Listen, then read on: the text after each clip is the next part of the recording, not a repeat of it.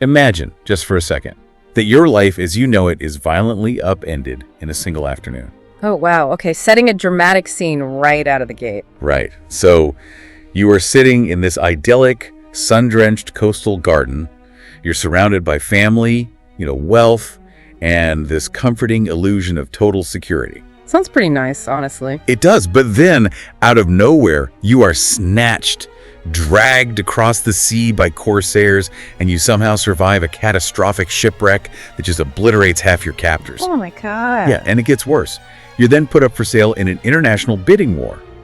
And if the sheer terror of being reduced to, a line item on a ledger isn't enough, you end up trapped in this bizarre, high-stakes love quadrangle with the very people who hold the deed to your life. I mean, that sounds suspiciously like the plot of an over-the-top cinematic universe. The kind of narrative where you expect dramatic string music to swell right before the protagonist swings from a chandelier. It really does feel manufactured for maximum drama. But when you step into the world of the 17th century Mediterranean, this kind of chaotic, terrifying inversion of reality wasn't just fiction. Right. It was a very real, looming threat for thousands of people. Exactly. And today's deep dive is going to take us right into the heart of that historical and literary landscape. Oh. We're unpacking a fascinating stack of sources today. We really are. We have a detailed audiobook transcript and a thematic video analysis of Miguel de Cervantes' classic novella, El Amante liberal, or The Generous Lover. And looking at these sources, it becomes clear that Cervantes isn't just, serving up a thrilling adventure for the sake of entertainment. No, not at all. He is using this incredibly brutal setting as a psychological pressure cooker. I mean, he takes characters who are utterly convinced of their own identity, their status, and their worldview, and he violently strips them of everything to see what is left underneath. Which means our mission for this deep dive goes way beyond recounting a pirate story.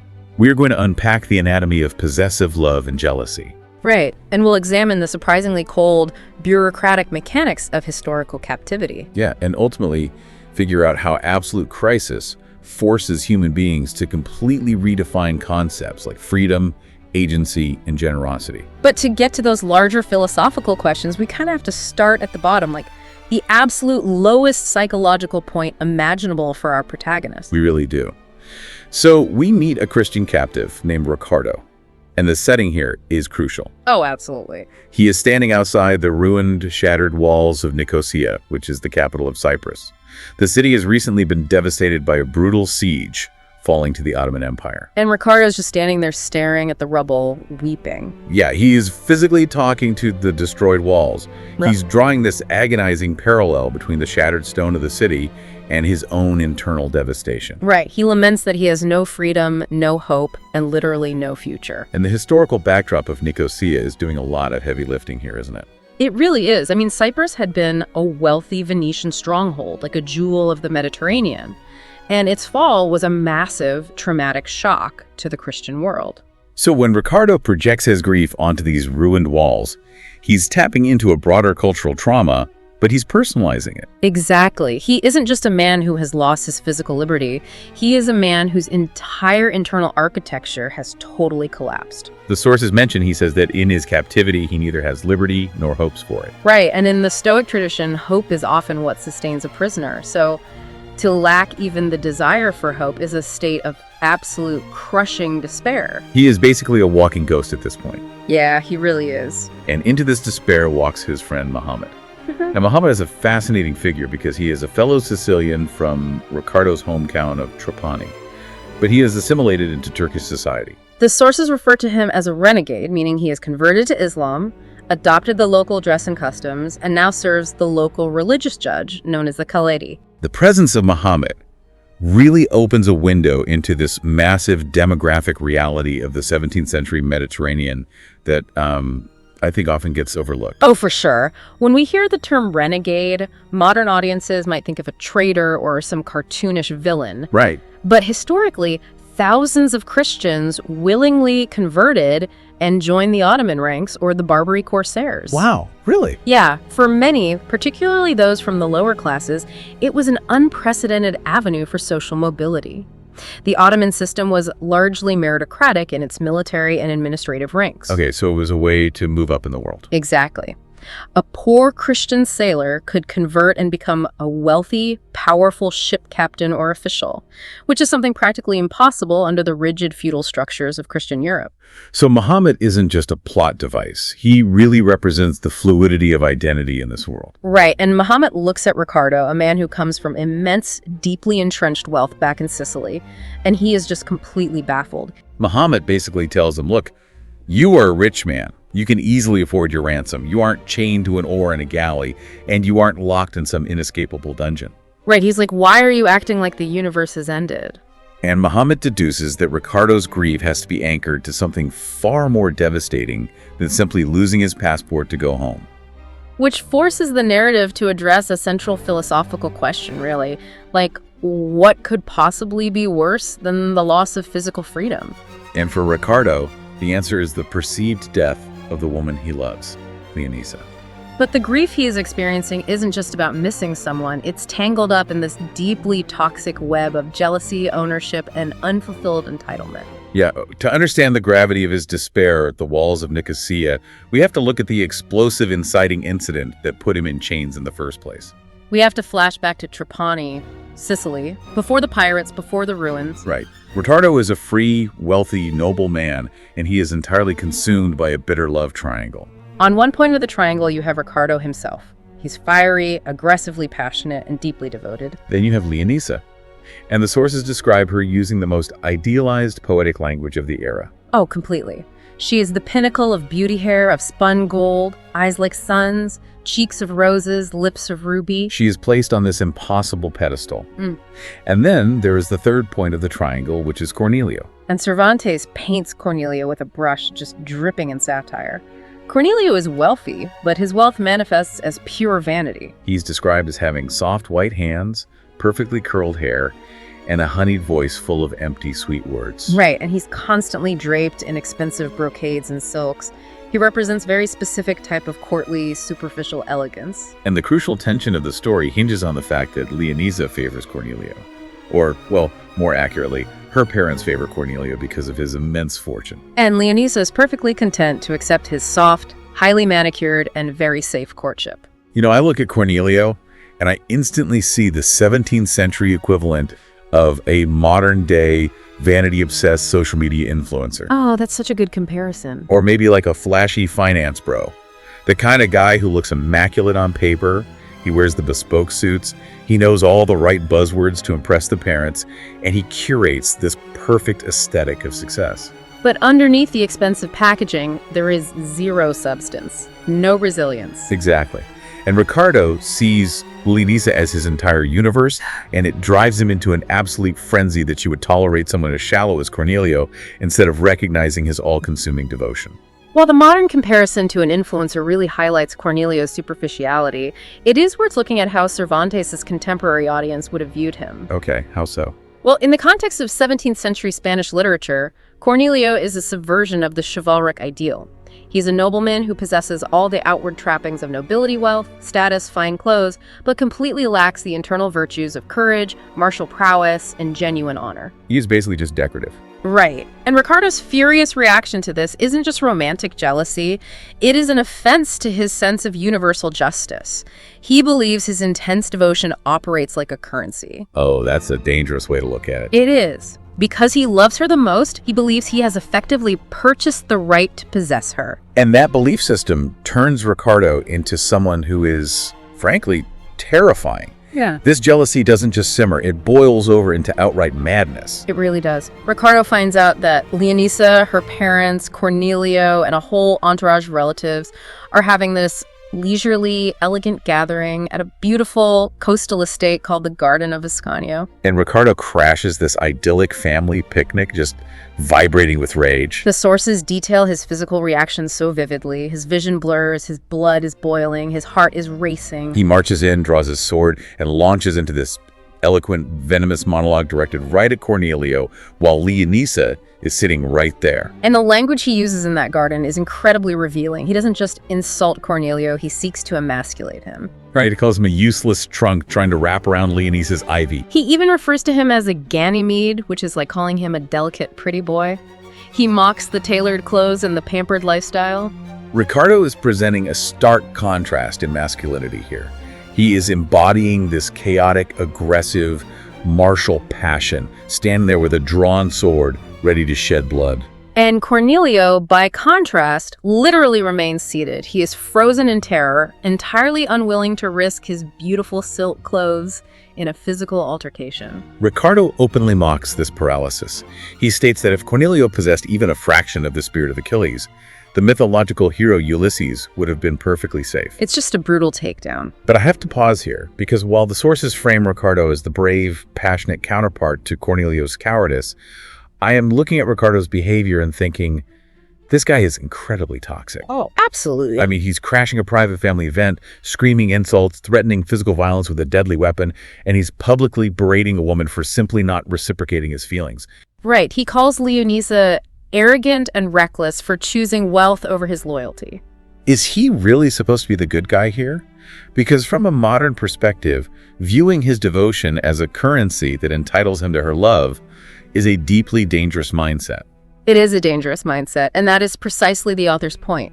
You're identifying the core flaw that necessitates Ricardo's entire journey. Okay, so it's intentional. Exactly. In the context of the 17th century, the intense, almost violent passion Ricardo displays was sometimes romanticized in literature as the mark of a true courtly lover who was driven mad by beauty. Wow, okay. But Cervantes is actually critiquing that trope.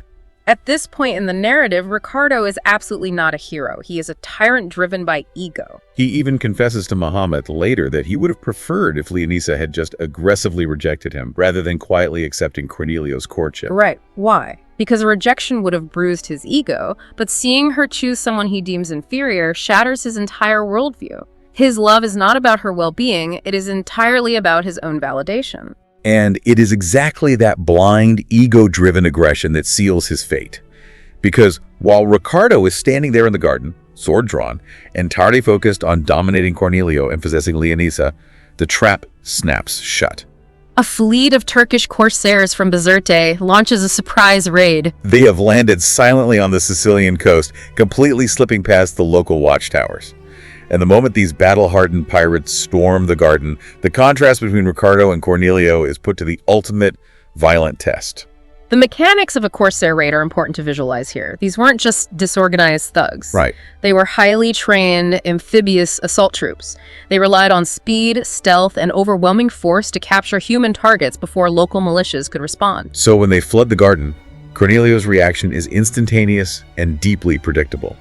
He uses what Ricardo bitterly calls his good diligence to flee. He totally abandons Leonisa, abandons his relatives, and sprints away to save his expensive skin. Meanwhile, Ricardo does the exact opposite. He doesn't run. He turns his sword on the pirates. And he doesn't just put up a token resistance. He fights like a demon. He kills 4 of the pirates before he is finally overwhelmed by sheer numbers, severely wounded, and captured alongside Leonisa, who has fainted from the shock. Ricardo's martial bravery here is undeniable, but it's also a chaotic, desperate violence born of his possessive nature. He fights because someone is trying to steal what he considers to be his property. And his lethal resistance actually places him in immediate peril. The corsairs are so enraged that he killed 4 of their elite soldiers, their levantes, that the captain orders Ricardo to be hanged from the yardarm of the ship the moment he is dragged aboard. And this is where we see the very first spark of agency from Leonisa. Yes. She wakes up from her faint, sees the man who is just screaming at her now, bleeding from 4 wounds and about to be executed with a rope around his neck. She pleads with a Christian rower to interpret for her, begging the Turks to spare Ricardo. But she doesn't appeal to their mercy. She appeals to their wallets. She tells him Ricardo is a nobleman of immense wealth, and killing him means throwing away a massive ransom. That moment is a brilliant pivot by Cervantes. Leonisa recognizes instantly that the rules of engagement have changed. The romantic, chivalric codes of the Sicilian garden no longer apply. Not at all. They have entered a space governed entirely by the cold, calculating economics of the Mediterranean slave trade. The Turkish captain listens to the translation, the promise of gold outweighs the desire for revenge, and he spares Ricardo's life. Which transitions us beautifully into one of the most chilling aspects of these sources, the sheer bureaucracy of human captivity. It really is chilling. We tend to imagine piracy as this lawless, chaotic enterprise. Yeah. Burying treasure on islands and making people walk the plank. Right, exactly. But the Mediterranean Corsair Network operated more like a ruthless, highly organized, multinational corporation. Human lives were the raw currency, and the infrastructure built around trading that currency was just staggering. It was a massive, heavily regulated industry on both sides of the Mediterranean. When captives were taken, they weren't just thrown in a dungeon and forgotten, they were meticulously assessed. Like inventory. Literally. Their social status, their physical health, their skills, and their aesthetic appearance were all cataloged to determine their market value and their potential ransom price. And there were entire religious orders in Europe, like the Trinitarians and the Mercedarians, whose sole institutional purpose was to raise funds and negotiate with Islamic authorities to buy back Christian captives. It was a standardized, diplomatic, and deeply cynical economy. And Cervantes himself knew this economy intimately, right? The thematic sources point out that his depiction of this world isn't just academic research, it is lived trauma. It really is. Before writing his masterpieces, Miguel de Cervantes spent 5 brutal years as a captive in Algiers. He was captured by Barbary corsairs in 1575 while returning to Spain after fighting in the Battle of Lepanto. Wow, 5 years. Yeah, and because he was carrying letters of recommendation from high-ranking officials, his captors mistakenly believed he was a man of immense wealth and importance. I don't know, so they praised him too high. Exactly. They set his ransom impossibly high, which meant his family couldn't afford to free him for years. He organized multiple failed escape attempts and lived every day under the threat of torture or execution. So when Cervantes describes the bureaucratic cruelty of pricing a human life, or the psychological torment of waiting for a ransom, he is writing from deep personal scars. Absolutely. That context adds such a heavy layer of dread to the next scene. The corsairs take their captives back to the harbor of Trapani, still inside of Ricardo and Leonisa's home, to negotiate the immediate ransoms. Ricardo's steward comes to the shoreline to broker his release, but Ricardo, whose ego is still entirely wrapped up in his obsessive devotion, issues an astonishing command. Right, he orders his steward to completely ignore his own freedom. He demands that his entire vast fortune be liquidated and spent solely on freeing Leonisa. He is fully prepared to remain a slave or die to ensure she goes free. On the surface, this reads as the ultimate self-sacrificing romantic gesture. It's the height of courtly chivalry. But if we dig into the psychology we established earlier, it's also a desperate, aggressive flex. Right. Ricardo is using his wealth to prove a point. He wants to demonstrate to Leonisa, and especially to the cowardly Cornelio, who is presumably safely back on shore, that his devotion is absolute. He is still trying to purchase her love, just using a different currency, his martyrdom. But Ricardo's vast wealth meets a wall it simply cannot climb, which is market manipulation. The Corsair captains in charge of the raid are a renegade Greek named Yusuf and his partner Fitala. And they instantly recognize the leverage they hold. Yusuf takes one look at Leonisa and becomes utterly infatuated with her beauty. He has absolutely no intention of ransoming her back to Sicily. His goal is to take her, force her to convert, and marry her. But because he operates within the strict rules of the Corsair partnership, he has to split the spoils evenly with Fitala. So Yusuf engineers a situation where the ransom will intentionally fail. He prices the pair at an astronomical sum 10,000 escudos. 10,000. That's insane. It is. He demands 6,000 for Leonisa and 4,000 for Ricardo. He sets the price so impossibly high that he knows Ricardo's steward cannot possibly produce the physical coin on such short notice, even with a vast estate to liquidate. Yusuf grants them a 3-day window to gather the funds, fully intending to manufacture an excuse to break camp and sail away with Leonisa before the time expires. And the bitter irony of this scene is just suffocating. Cornelio and his incredibly wealthy family are standing right there on the shore, watching this negotiation happen. They have the resources. But Cornelio does not offer a single coin to help the woman he supposedly courted. He doesn't even advocate for her. Ricardo is throwing his entire existence on the table, and Cornelio just remains silent. But in the end, human negotiations are rendered entirely moot. Before the 3 days are up, a Turkish sentinel on the cliffs spots Christian ships approaching, likely a heavily armed squadron from Malta or Sicily. The arrival of the Christian galleys completely shatters the negotiation. The Corsairs operate on speed and evasion. They cannot risk a pitched naval battle against specialized warships. In an instant, the camp is struck. The captives are thrown into the holds, the ransom is abandoned, and the corsairs flee out to the open sea. And this is the moment of physical rupture for the protagonists. To divide the assets, Yusuf takes Leonisa onto his ship, setting a course for Bizerte. And Fatala takes Ricardo onto his ship, heading for Tripoli. Ricardo is chained to the deck, watching the sails of Yusuf's ship carry Leonisa away. He describes the sensation as feeling his actual soul being ripped from his body. So we see Ricardo, a man whose wealth, nobility, and martial prowess gave him immense power in Sicily, completely stripped of every worldly privilege. His money couldn't buy her love, it couldn't buy her freedom, and his sword couldn't protect her. The dismantling of Ricardo's ego is systemic and absolute. In Trapani, he was a lord. On Fatala's ship, he is explicitly informed of his new reality. Fatala walks up to him and plainly states, "Christian, you are mine for 2,000 gold escudos. Pay 4,000 for your freedom or die here." Ricardo has transitioned from a subject with agency to an object with a price tag. But Cervantes isn't done breaking him, because the cruelty of the human economy is nothing compared to the violent indifference of nature. Right. As the ships flee, they hit a massive, catastrophic storm near the treacherous island of Pantelleria. The wind shifts violently, turning against them, driving the ships back toward the jagged, unforgiving rocks of the coastline. The description of this storm is a masterclass in establishing the indifferent universe. The sea does not care about Ricardo's nobility, Yusuf's lust, or the economic value of the captives. It's pure destructive force. Yusuf's ship carrying Leonisa is caught in a fatal trajectory. The rowers are exhausted, the sails are torn, and Ricardo has to watch from the deck of Fatala's struggling vessel as Yusuf's ship is thrown violently against the rocks, shattering into pieces. The psychological horror of that moment is almost unimaginable. Ricardo is chained to a bench, freezing waves are crashing over his head. His own ship is moments away from sinking. But he isn't praying for his own survival.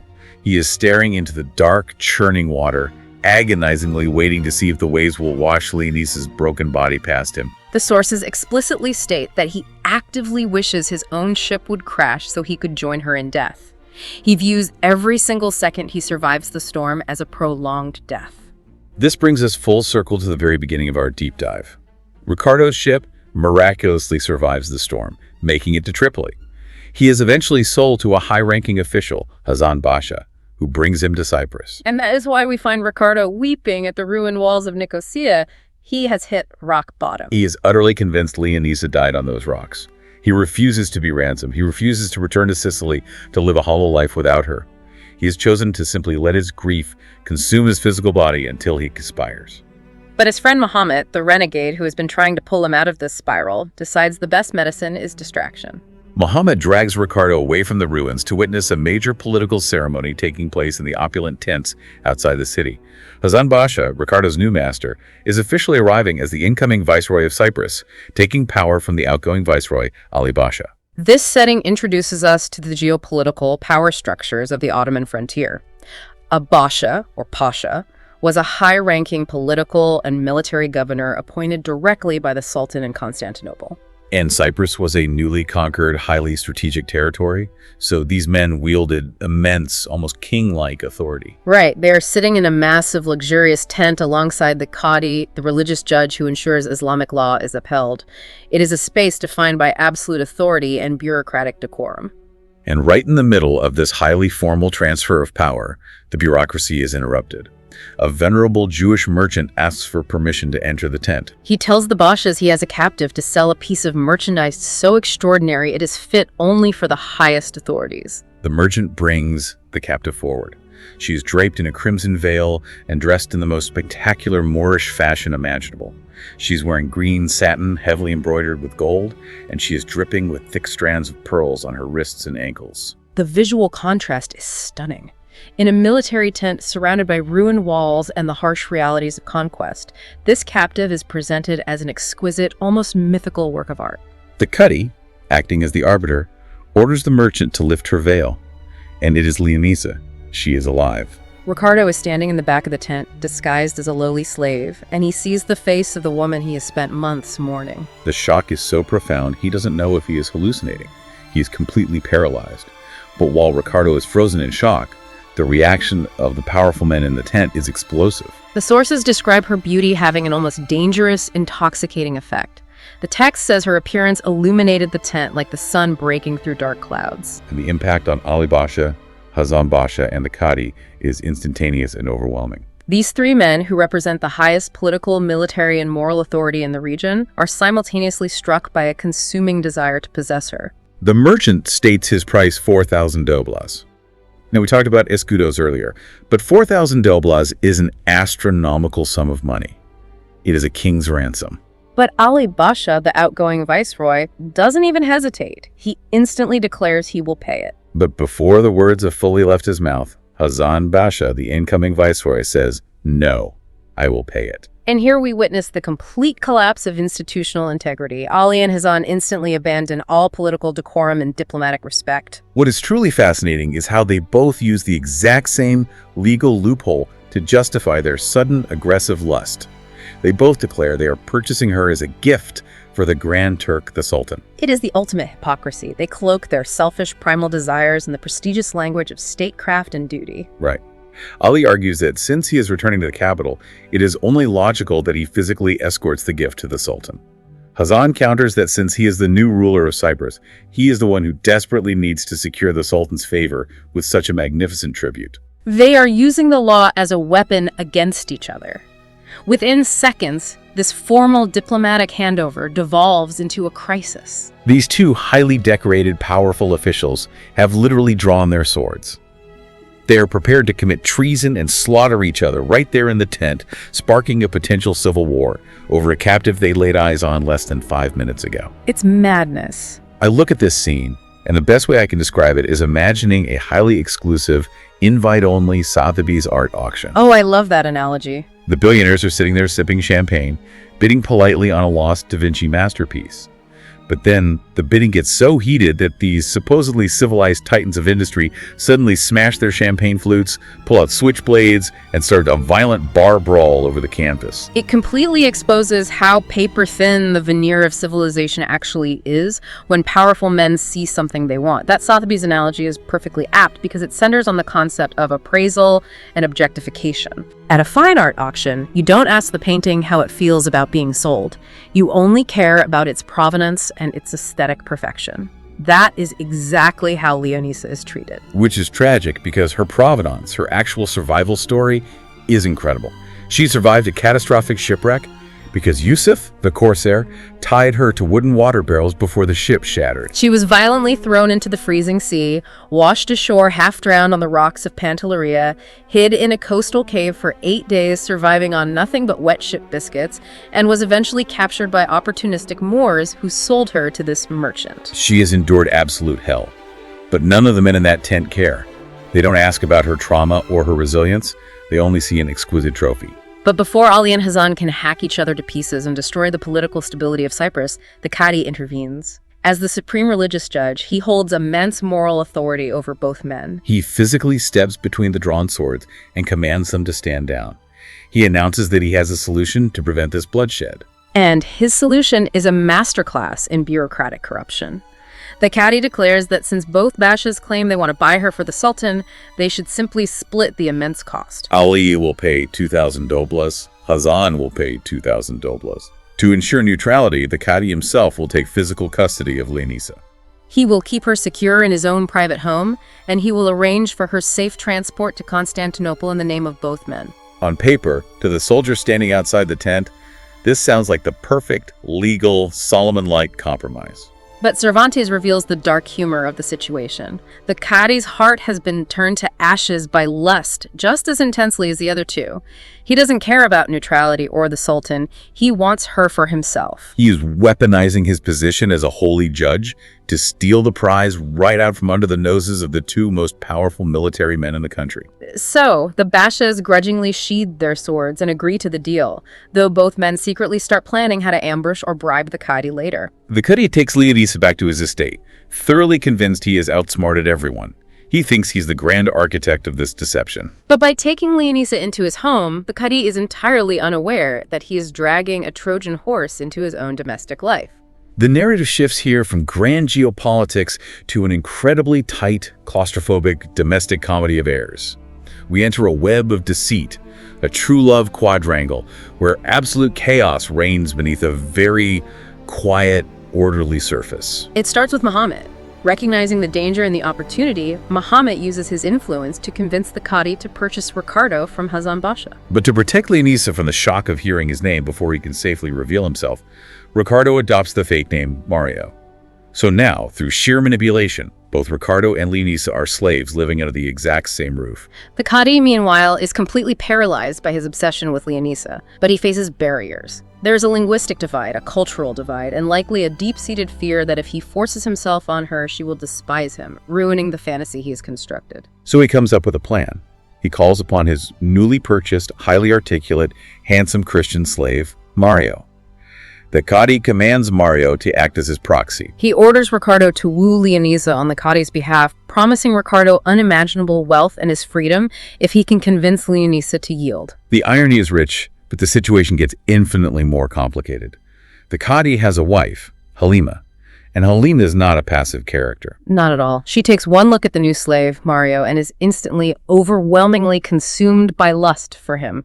She decides he is the most handsome man she has ever laid eyes on. So, operating entirely behind her husband's back, Halima calls upon her new beautiful slave, Leonisa, and she commands Leonisa to woo Mario on her behalf. The symmetry Cervantes constructs here is mathematically perfect and philosophically profound. If we look closer at this power inversion, it reveals a brilliant critique of mastery and enslavement. How so? By law, the Qadi and Halima hold absolute physical power over Ricardo and Leonisa. They can buy them, sell them, or kill them. Yet the masters are entirely enslaved by their uncontrollable illicit passions. They are desperate. While the slaves, on the other hand, possess no legal rights and no physical power, but because they hold the objects of their master's desires, they actually become the ones controlling the household. The people in chains are pulling the strings. It is a total subversion of authority. And this bizarre setup leads to one of the most poignant scenes in the story. Halima orchestrates a situation where Mario and Leonisa are left alone in a private room, fully believing that they're about to broker these illicit, adulterous affairs on behalf of their masters. Ricardo walks into the room. Leonisa, who was told earlier by Muhammad that Ricardo had died of an illness, looks up. Her reaction is not the typical dramatic embrace you might expect. It is deeply revealing of her trauma. She physically recoils. She pulls a small cross from her dress, kisses it repeatedly, and makes the sign of the cross to ward off evil. She literally believes she is trapped in a room with a phantom. Ricardo has to speak very gently, reassuring her that he is flesh and blood, that the universe hasn't completely abandoned them. This reunion scene is the emotional pivot point of the entire novella. Think back to the Garden of Ascanio in Sicily. The last time they spoke, Ricardo is screaming at her, demanding her love, acting like an entitled tyrant. Right, but here, in the shadows of a Turkish estate, he is incredibly humble. He doesn't demand anything. He simply listens as they exchange the harrowing stories of their respective shipwrecks and survival. And Leonisa, for her part, sets incredibly clear, firm boundaries. She agrees to collude with him to escape, playing along with the delusions of the Qadi and Halima to buy them time. But she explicitly forbids Ricardo from treating her with the arrogant presumption he displayed in Trapani. She tells him that her perspective has shifted. She acknowledges that she was once distant and perhaps overly swayed by societal expectations regarding Cornelio. But the extreme trials she has endured, and crucially, witnessing Ricardo's undeniable physical bravery in the face of the pirates compared to Cornelio's cowardly flight, have forced her to reevaluate what true worth looks like. She tells Ricardo that her value is like gold. The more it is tested in the fire of captivity, the purer and more resilient it becomes. I really want to highlight Leonisa's evolution for you, the listener, because it is staggering. She started this story as a passive, idealized object of affection sitting in a garden. But look at what she has become. She isn't a damsel in distress waiting for a man to swing in on a rope. No. She survived the destruction of a ship by lashing herself to barrels. She navigated the predatory advances of merchants and politicians. And now, she is running a high-level psychological con on her captors, feeding Halima fate hope while meticulously plotting a maritime escape. She might actually be the strategic mastermind of this entire narrative. I would absolutely argue that she possesses a profound, quiet agency that the men around her fatally underestimate. They really do. Every man in this story, Ricardo, Yusuf, the Bashas, the Qati, sees her purely as a beautiful object, a prize to be won, bought, or stolen. But Leonisa learns to weaponize their objectification. She uses their blind lust as a shield to protect herself and as a tool to manipulate the environment.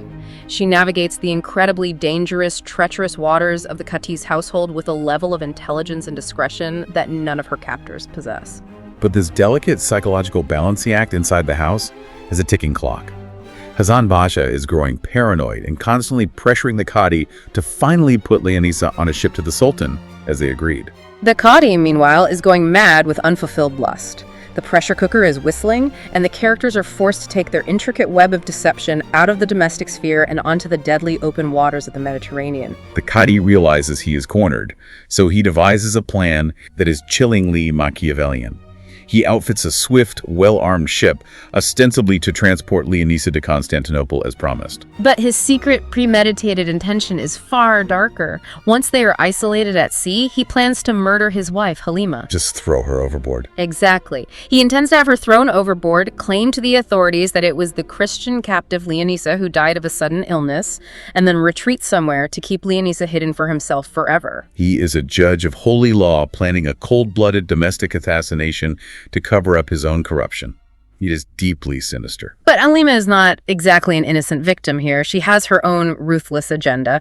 She plots in secret with Ricardo and Muhammad. Her grand plan is to wait until they are deep at sea, heavily arm the Christian rowers, seize control of the ship, murder the Qadi, sail to a Christian port, and force Ricardo to marry her. And naturally, Ricardo and Muhammad have a third overlapping conspiracy.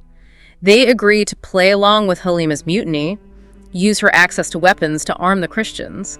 But once the ship is taken, their plan is to simply bypass Halima entirely, grab Leonisa, and sail straight for Sicily, leaving the surviving Turks to fend for themselves. So you have a single ship setting sail, and practically every major character on board is harboring a secret agenda that involves the betrayal and potential murder of the person sleeping in the cabin next to them. It is a literal powder keg floating on the water. The voyage begins. For a few tense days, they sail. The Qadi is growing impatient, whispering to Mario to enact the plan to kill Halima. Halima is glaring at the slaves, waiting for them to slit the Qadi's throat. The tension is almost unbearable. And then the powder keg finally explodes, but not from the inside. In a twist of fate, the ship is suddenly attacked by two mysterious, heavily armed vessels that appear simultaneously on the horizon. The first ship swoops in with aggressive speed. It completely ignores the white flag of peace the Qadi desperately raises. The attackers board the Qadi's ship with extreme violence, clearly intent on slaughter, robbery, and leaving no witnesses. Amidst the chaos of the boarding, the Qadi recognizes the attackers. They aren't random pirates. They are Turkish soldiers from Nicosia. They are Hasan Basha's men. Hasan couldn't stomach the idea of losing Leonisa to the Sultan or the Qadi, so he dispatched his own private Black Ops army to ambush the ship, steal the girl, and sink the vessel to erase the evidence of his treason. But before Hasan's men can secure the deck and claim their prize, the second mystery ship smashes into the hull. This ship is flying Christian flags. The crew is dressed in Christian armor and clothing. They swarm aboard and begin fiercely hacking away at Hasan's Turkish soldiers. The Qadi, bleeding and terrified, thinks he is miraculously being saved by a roving Christian patrol. But as the captain of the second ship steps onto the deck, the Qadi recognizes him. It's Ali Basha. The outgoing viceroy. Ali had hatched the exact same treasonous idea as Hasan ambushed the Qadi and steal Leonisa. But Ali was slightly more devious. He dressed his Muslim soldiers in Christian clothing to disguise his identity and blame the raid on European corsairs. What unfolds next is a scene of absolute chaotic karmic justice. You have Hasan's men and Ali's men engaged in a brutal, blood-soaked frenzy. Because of the disguises and the confusion, these Turkish soldiers, many of whom likely served together in the Ottoman military, are hacking each other to pieces. They have no idea they are fighting their own countrymen until the deck is literally running red with blood, and it is far too late to stop the momentum of the slaughter. The Qadi stands up amidst the carnage and starts screaming at Ali, condemning him for violently attacking a minister of their shared faith. And Ali's response to this moral condemnation is to step forward and deliver a massive lethal sword blow directly to the Qadi's head. The Qadi only survives because he happens to be wearing an exceptionally thick turban that absorbs the brunt of the steel. It is pure mayhem. We talked about analogies earlier. And the only way to describe this is a maritime Mexican standoff crossed with a Shakespearean tragedy. It is like a high-stakes heist movie, where three separate, highly armed crews try to rob the exact same bank vault at the exact same minute. They are entirely unaware of each other. They end up shooting each other to pieces in the lobby, and the captive bank tellers end up quietly walking out the back door with all the money. That analogy captures the dark absurdity perfectly, because while these corrupt, powerful authorities are busy destroying each other over their shared greed, Ricardo and Muhammad realize that fate has just handed them the ultimate opportunity. They watch from the hatchway as the Turkish forces decimate their own numbers. They wait until the battle dwindles, leaving only a handful of exhausted, badly wounded soldiers standing among the dead. Then Ricardo and Muhammad spring into action. They arm themselves with swords dropped by the fallen soldiers. They throw weapons to the Christian rowers who have been chained to the oars. Ricardo leads the charge, shouting, "Liberty! Liberty!" They burst onto the blood-soaked deck, easily overwhelm the few surviving soldiers, and take complete, absolute control of the situation. They seize Ali Basha's fully equipped ship, which, ironically, is packed with all the incredible wealth and treasure the Bashas and the Qadi had brought to fund their respective escapes. This is the definitive turning point for Ricardo's character arc. Think back to the man weeping at the walls of Nicosia, a passive victim of fate who wanted to die. Here, he becomes the absolute agent of his own destiny. He doesn't just survive the storm this time. He orchestrates a strategic, decisive takeover. He uses the chaos and the moral rot of his oppressors to secure his own physical freedom and the freedom of everyone he cares about. They are victorious. In a surprising display of mercy, they leave the wounded Qadi alive on his ruined, sinking ship, tossing him enough supplies to perhaps make it to shore. Interestingly, Halima abandons her husband completely and chooses to sail away with Ricardo and Muhammad. The captives raise the sails, catch a favorable wind, and set a course for Trapani, Sicily. But as thrilling as this sea battle is, winning the ship is only the physical victory. The true climax of Cervantes' story doesn't happen with the clash of swords. It happens when they finally return home, where the deep, emotional, and philosophical battles must be resolved. The return to Trapani is a beautifully constructed, triumphant scene. The captured Turkish ship sails into the harbor adorned with captured silk flags, pennants, and banners waving in the wind. The entire city gathers at the port in a panic, initially terrified that it is another devastating pirate raid like the one that started this whole nightmare. But as the ship draws closer, the crowd recognizes Ricardo standing on the deck. The parents of the captives, the local governor, the clergy, and crucially, Cornelio, are all standing there on the docks. Ricardo steps off the ship, looking like a conquering hero. He brings Leonisa, who is still veiled, down the gangplank with him. And here, in front of the entire city, Ricardo delivers a grand, sweeping public speech. He recounts the horrors of their journey, the pirate attack, the brutal markets, the shipwrecks, the corruption, and the final bloody mutiny. And then he turns his attention directly to Cornelio. Ricardo formally and publicly surrenders all his claims to Leonisa. He tells Cornelio to step forward and take her. And not only that, but Ricardo offers Cornelio his entire massive fortune, everything he owns, as a dowry to ensure their happiness. Ricardo announces to the crowd that giving away his vast physical wealth is a minor sacrifice compared to giving away his very soul, which he states is Leonisa. He is built to this ultimate crescendo of sacrifice. But then right after making this incredible dramatic offer, something profound happens. Ricardo stops himself. He catches his own words, and he retracts the statement. He has a philosophical epiphany right there on the wooden planks of the dock. He stops and says, "Wait, what am I doing? What jurisdiction do I have over Leonisa to give her away like she is a piece of property?" This realization is the philosophical core of the entire novella. Ricardo looks back at the nightmare they just survived. Throughout this entire ordeal, powerful men have been buying, selling, trading, and stealing Leonisa. Yusuf the Corsair, the Jewish merchant, Hazan Basha, Ali Basha the Qadi, every single one of them treated her as an object, a trophy to be possessed and exchanged. And in a flash of brilliant self-awareness, Ricardo realizes that by giving her to Cornelio as a grand gesture, he's doing the exact same thing. He is still operating under the toxic assumption that she is his property to distribute. So he pivots. He states clearly and publicly to the entire city that he has absolutely no right to give her to anyone. He explicitly leaves the choice of her future entirely up to her and her parents. He demands nothing in return. He grants her total, unconditional freedom. And I have to ask you to analyze this because it's complex. Is this final speech a genuine, enlightened act of letting go? Or, in a very subtle way, is it the ultimate brilliant mic drop flex on Cornelia? Oh, that's a great question. I mean, by giving her everything, publicly respecting her autonomy, offering a fortune and asking for nothing, does Ricardo essentially back her into a corner where it is socially and emotionally impossible for her to choose anyone else?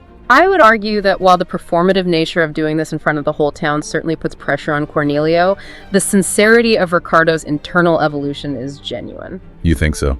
Yes, we have to look at the title of the novella, The Generous Lover. In Spanish, El Amante Liberal. At the beginning of the story, liberalidad, or generosity, meant something very specific to Ricardo. It meant spending money and exerting physical effort to purchase her affection. He thought devotion was a transactional currency. By the end of his trauma, true generosity has been redefined. It means relinquishing his claim of ownership entirely. It means actively respecting her free will, even if it means he loses her. He has learned the hardest lesson. You cannot purchase love, and you cannot own a human being. And Leonice's response proves that she intimately understands the magnitude of this change in him. She finally steps forward, lifts her veil, and speaks for herself in front of the crowd. She acknowledges her past. She admits that she once favored Cornelio, largely because it was what her parents desired, and it was the safe, socially acceptable path for a young noblewoman. But her worldview has been shattered and rebuilt just like Ricardo's. She reminds the crowd that she witnessed Cornelio's cowardice firsthand when the pirates attacked. And she has seen Ricardo's immense physical bravery, his willingness to sacrifice everything, and most importantly, his newly discovered respect for her sovereign freedom. She exercises that freedom immediately. She publicly and unequivocally rejects Cornelio. She uses beautiful phrasing, stating that her will was once reserved, perplexed, and doubtful, but the fire of their shared trauma has burned away the doubt. Her will is now clear. She chooses Ricardo not because she is forced to, but because he is the only man who has proven worthy of her choice. She tells him, "I am yours, Ricardo, and yours I will be until death." The narrative wraps up with a flurry of resolutions. They are married that very day by the local bishop. Muhammad and Halima formally reconcile with the Christian church and are also married, securing their safety in Sicily. Ricardo's fame spreads across Italy, and he is forever immortalized as the generous lover. Let's take a breath and bring this all together, because we have gone on an absolutely incredible, exhausting journey today. We really have. We started with a violently jealous clash in an idyllic Sicilian garden. We were dragged through the brutal, calculating economics of the Mediterranean corsair trade. We navigated the deeply corrupt courts and the treacherous, deceptive households of Ottoman Cyprus. We survived a blood-soaked, chaotic mutiny on the open sea, and finally returned home for a profound, quiet lesson on the nature of love and human agency. It is a narrative that deliberately forces characters to the absolute extremes of human experience.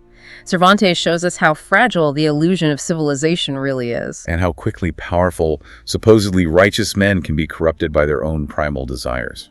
Exactly, and how true nobility has absolutely nothing to do with the silk clothes you wear or the escudos in your vault.